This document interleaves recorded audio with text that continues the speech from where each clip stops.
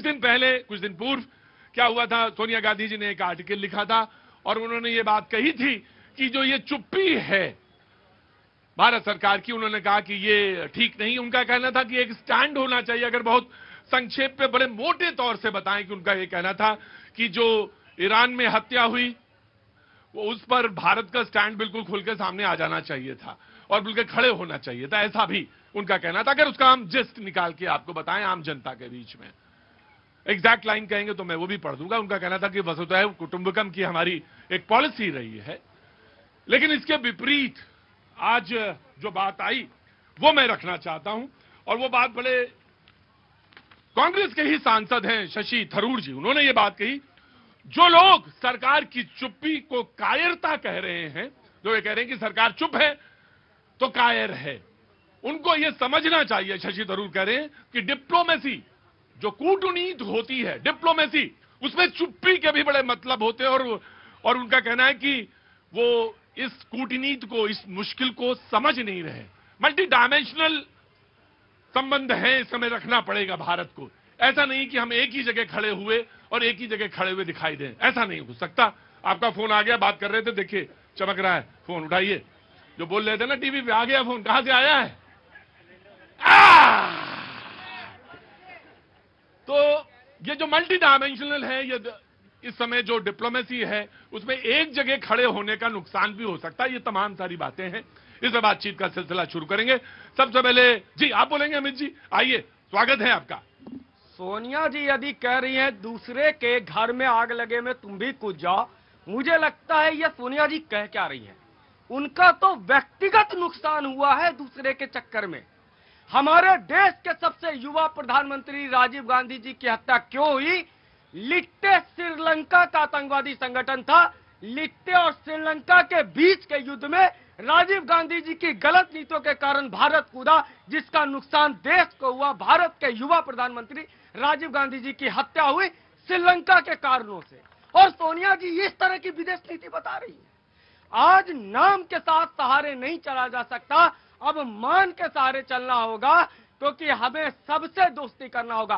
क्या आज ईरान को मुसीबत आई तो हमने दवा नहीं पहुंचाया? क्या इजराइल हमारे साथ खड़ा नहीं है? क्या अमेरिका हमारे साथ खड़ा नहीं है? तो हम तीनों के साथ खड़ा है। लेकिन ईरान क्या कर रहा है? अगर इनके बात को मान लिया जाए, ईरान क्या कर रहा है? सऊदी अरब जहां काबा है वहां बम मार रहा है। क्या भारत अब काबा के देश में बम मार रहा है? ना, देखिए बड़ी सेंसिटिव चीजें हैं, बहुत सेंसिटिव चीजें हैं, और इनको कहने से भी गुरेज और परहेज। मैं तो कम से कम, मैं आप बैठिए अमित जी, हमें आपको प्रणाम है अमित जी, आपको बहुत महत्व की बात है। आप बैठे। हाँ, मैं सोच भी नहीं, आप सोच भी नहीं सकते, आप बैठे। कहना तो दूर की बात, सोचना भी मुश्किल है। लेकिन बहुत कूटनीति की, जो डिप्लोमेसी की जो लाइन होती है वो बड़ी बारीक है, उस पर चलना होता है। तो वो ये कह रहे हैं कि आप चुप्पी क्यों लगाएं, हम जहां खड़े हैं उस चुप्पी के भी बड़े मायने हैं। तो ये बात है कि अगर हमको अपना ऑयल लेना है, अगर हमको अपनी गैस लेनी है, और अगर मेरा काम चुप्पी से चलता है, और अगर हमारी बात, हम कहीं किसी खेमे में नजर नहीं आते और हर जगह नजर आते हैं, तो मुझे लगता है कि अगर मेरा देश सुरक्षित है तो इसमें कोई गलत नहीं है। मैं कांग्रेस को देता हूं और मैं उनका पक्ष जानने के लिए, प्लीज आइए अंश वत्स कांग्रेस से। प्रतीक जी, आपने यहाँ पे कहा कि हमें जो है चुप्पी, मतलब अगर हमारा काम चल रहा है तो हमें चुप्पी रखनी चाहिए, हमें जो है सबके साथ लेके चलना चाहिए, किसी एक के साथ नहीं जाना चाहिए। लेकिन ऐसा दिख तो रहा नहीं है। सरकार ने तो पहले से ही तय करके रखा हुआ है कि हम किस तरफ जा रहे हैं। तभी तो जो है, आप जब युद्ध शुरू होता है उसके 12 दिन के बाद, दुनिया भर में सब में बात करने के बाद, दुनिया भर में प्रचार करने के बाद, 12 दिन बीत जाने के बाद आप ईरान के प्रतिनिधि से जो है वहां पे बात करते हैं। ये तो मोदी सरकार ने पहले ही अपना जो स्टैंड क्लियर कर लिया कि वो किस तरफ जाके बैठी है। आप जो है यूएस के कैसे जो है ईरान के वहां के जो राष्ट्रीय अध्यक्ष थे उनको मार गिराए, उसको कंडेम नहीं करते।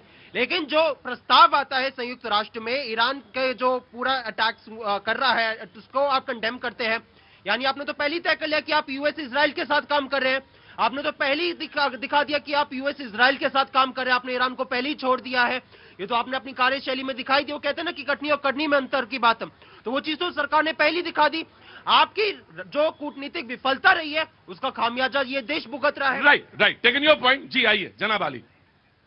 देखिए, कल मैं डिबेट में नहीं था और मैंने कल छुट्टी ली थी, अपने मीडिया डिपार्टमेंट को कहा कि हमें डिबेट मत देना, क्योंकि मुझे कुछ रिसर्च करना था, मुझे मिला नहीं।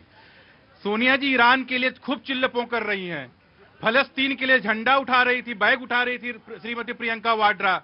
अफगानिस्तान में हॉस्पिटल के ऊपर पाकिस्तान ने अटैक, एयर स्ट्राइक किया, 800 से ज्यादा बच्चे मारे जाते हैं, वो भी मुसलमान बच्चे हैं, लेकिन एक चू नहीं बोलते सोनिया गांधी जी, प्रियंका वाड्रा, न कांग्रेस बोलती है, क्योंकि भारत का जिसमें इंटरेस्ट रहता है, कांग्रेस का, राहुल गांधी का, सोनिया जी का, उसमें जरूर डिसइंटरेस्ट रहेगा। भाई आप देखो कि भारत के अंदर अगर एलपीजी का प्रोडक्शन पहले कितना होता था, राहुल गांधी जी तैयारी नहीं किए होंगे, 42% होता था। भारत ने क्या किया, अभी 3 से 4 दिन के अंदर 28% अपना प्रोडक्शन बढ़ा दिया। लेकिन जैसे वल्चर होते हैं ना, कहीं पे कुछ गिरा, लाशें अगर गिरी तो गिद्ध जरूर मड़राने लगते हैं। तो अगर कांग्रेस के लोग कहीं मड़रा रहे हैं, समझ लीजिए भारत के अंदर कुछ ऐसा चीजें होती हैं, तो वहीं पे कांग्रेस लोग मड़राने लगते हैं। वो हर चीज को कहीं ना कहीं वो जानते क्या करना चाहते हैं, एक पैनिक क्रिएट करना चाहते हैं लोगों के बीच में, और ये लोग करते रहते हैं। डिबेट में आएंगे तो इनके प्रवक्ता बोलेंगे कि सब कुछ खत्म हो गया है, जैसे भैया इनके कहते हैं ना, खत्म मतलब कांग्रेस खत्म हुई है भाई, एलपीजी नहीं खत्म हुई है। आप क्यों बार बार कांग्रेस को तुलना कर रहे हैं? जी जी, कांग्रेस। देखिए प्रतीक जी, अभी आप यहाँ पे बात कर रहे थे तो आप अपने एक उपहास के वे में कहा था कि एलपीजी सिलेंडर कब देखिएगा, है ना? तो सच्चाई है कि लोगों को आज दिख ही नहीं रहा। मुझे तो क्या करना पड़ता है, तो मुझे तो बिंब प्रतीकों के माध्यम से बात करनी होती है। तो बर्फ देख के आए थे मनाली से, कहाँ गए मनाली वाले? हाँ गए अपना, उन्होंने मनाली देखा, उन्होंने कहा कहाँ बर्फ, एलपीजी के चक्कर में फंसे, वो अपना गए, तो वो बर्फ देख के आ रहे थे मनाली से, मौसम लेके आए थे, वो ये कह रहे थे। तो मैंने कहा कि आप बर्फ देख के आए, आइए अब आपको अब एलपीजी दिखाते हैं। तो नहीं, मैं वैसे कह रहा हूं कि लोगों को आज दिख ही कहां रहा एलपीजी सिलेंडर। अगर दिख रहा होता तो महाराष्ट्र में जो मिड डे मील है बच्चों का, वो प्रभावित नहीं होता। लोगों ने खत लिख के कहा है। अगर एलपीजी सिलेंडर लोगों को दिख रहा होता तो दिल्ली के गुरुद्वारा प्रबंधक कमेटी जो है, वर्दीपुरी को खत नहीं लिखती कि हमें लंगर में जो है समस्या आ रही है, हमें एलपीजी सिलेंडर चाहिए। अगर मिल रहा होता तो तमाम जगहों पे जो ऐसे अफरा तफरी नहीं होती। रेस्टोरेंट जो है अपने 15 से 20% दाम नहीं बढ़ाता, क्योंकि वहां पे जो है लोगों को कमी आ रही है। अगर लोगों को मिल रहा होता तो कैसे हमने देखा जगह जगह पे जो है चूल्हे पे लोग बाग आज खाना बनाने को मजबूर है, ये नहीं हो रहा होता। लेकिन सरकार की जैसे पहले रहा है ना, उनका जो एक 12 साल की नीति रही है कि आप जो है पहले जो है अपने आप को दिखाओ, लोगों मसलों पे आप ध्यान मत दो। जैसे कोविड के समय पे दीदी और दीदी कर रहे थे, विपक्ष के नेता राहुल गांधी जी आगाह करते रहे कि सुनामी आ रही है कोविड की, लेकिन मजाक उड़ा रहे थे। फिर बाद में हमने देखा ऑक्सीजन सिलेंडर की कमी की वजह से लोग बाग मरते रहे। आज वही हाल हुआ। राहुल गांधी जी ने बताया एलपीजी सिलेंडर की कमी की वजह से क्या देश को परेशानी आने वाली है। मोदी जी कभी केरला जा रहे, कभी वेस्ट बंगाल जा रहे, ये तो उनकी जो है नीति है। राइट, बहुत अच्छी बात जी। बीजेपी, देखिए, कांग्रेस के बहादुर शाह जफर, हर चीज को उनको ज्ञान है, केवल अपने बारे में ज्ञान नहीं है। वो अभी कहेंगे सिलेंडर लेके चलेंगे, 4 मई के बाद कहेंगे ईवीएम हैक हो गया, ईवीएम चोरी हो गई थी, यही करेंगे। 824 विधानसभा सीट है, पूरे जितने चुनाव हो रहा है, 116 लोकसभा सीट है, 19 करोड़ वोटर हैं, लेकिन 10% नीचे कांग्रेस है। यहां बैठ के लोगों को कल भ्रम की स्थिति पैदा करने के इनकी आदत है। पूछे इनका जो कार्यालय फिरोज शाह कोटला, क्योंकि पंडित दीनदयाल उपाध्याय जी के नाम पे तो रख नहीं सकते थे, तो फिरोज शाह कोटला नाम रखा, पीछे की तरफ रोड कर दिया। वहां सिलेंडर से खाना बन रहा नहीं बन रहा, वो सिलेंडर कहां से आ रहा, चोरी से आ रहा, कहां से आ रहा भाई?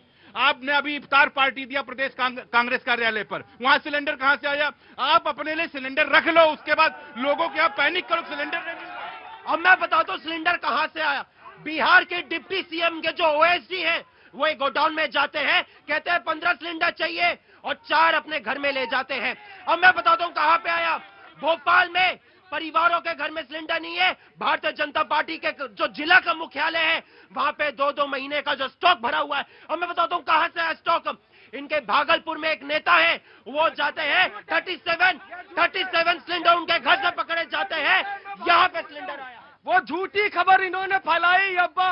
2018 का वो वार्ड पार्षद संतोष नाम है, इनको नाम भी नहीं पता होगा, संतोष के घर पे उज्ज्वला का योजना का बांटने का सिलेंडर 2018 का था। ये फोटो लगा करके लाए, और जब हम लोगों ने कहा तो ट्वीट कर दिया। राइट, देखिए आम आदमी पार्टी, ये वो पार्टी कहती जो 6 सिलेंडर रखे रहती। इनके पेट्रोलियम मिनिस्टर कहते थे वीरप्पा मोइली की रात में भैया पेट्रोल पंप बंद होने चाहिए, दिन में गाड़ियां बंद होनी चाहिए। और इनके नेता चिल्ला के कहते थे प्रधानमंत्री जी 6 नहीं 9 सिलेंडर दे दीजिए। मोदी जी आए, उन्होंने सारा कैब खत्म किया। उस पार्टी की बात करते हैं।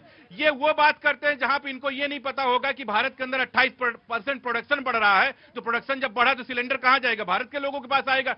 1 लाख से ज्यादा पेट्रोल पंप है भारत के अंदर, 26,000 लगभग यहां पे एजेंसियां, गैस की एजेंसी। बताइए कहां पे कमी पड़ी है? कमी अगर पड़ी है ना, जो दिमाग में कुछ और भर गया तो उसको कोई निकाल नहीं सकता। राइट, नाउ आम आदमी पार्टी, आम आदमी, सर आम आदमी पार्टी को भी दीजिए।